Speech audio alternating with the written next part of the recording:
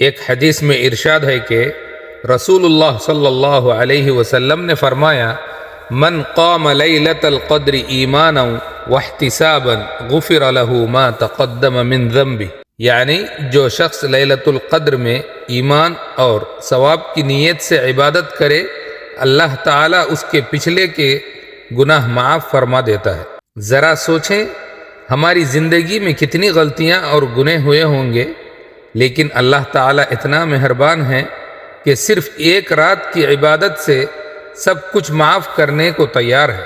یہی وجہ ہے کہ رسول اللہ صلی اللہ علیہ وسلم رمضان کے آخری 10 دنوں میں عبادت بہت زیادہ کرتے تھے۔ کیا پتہ یہی رات ہو جس میں آپ کی دعائیں قبول ہو جائیں، آپ کے گناہ معاف ہو جائیں اور آپ کی تقدیر بدل جائے۔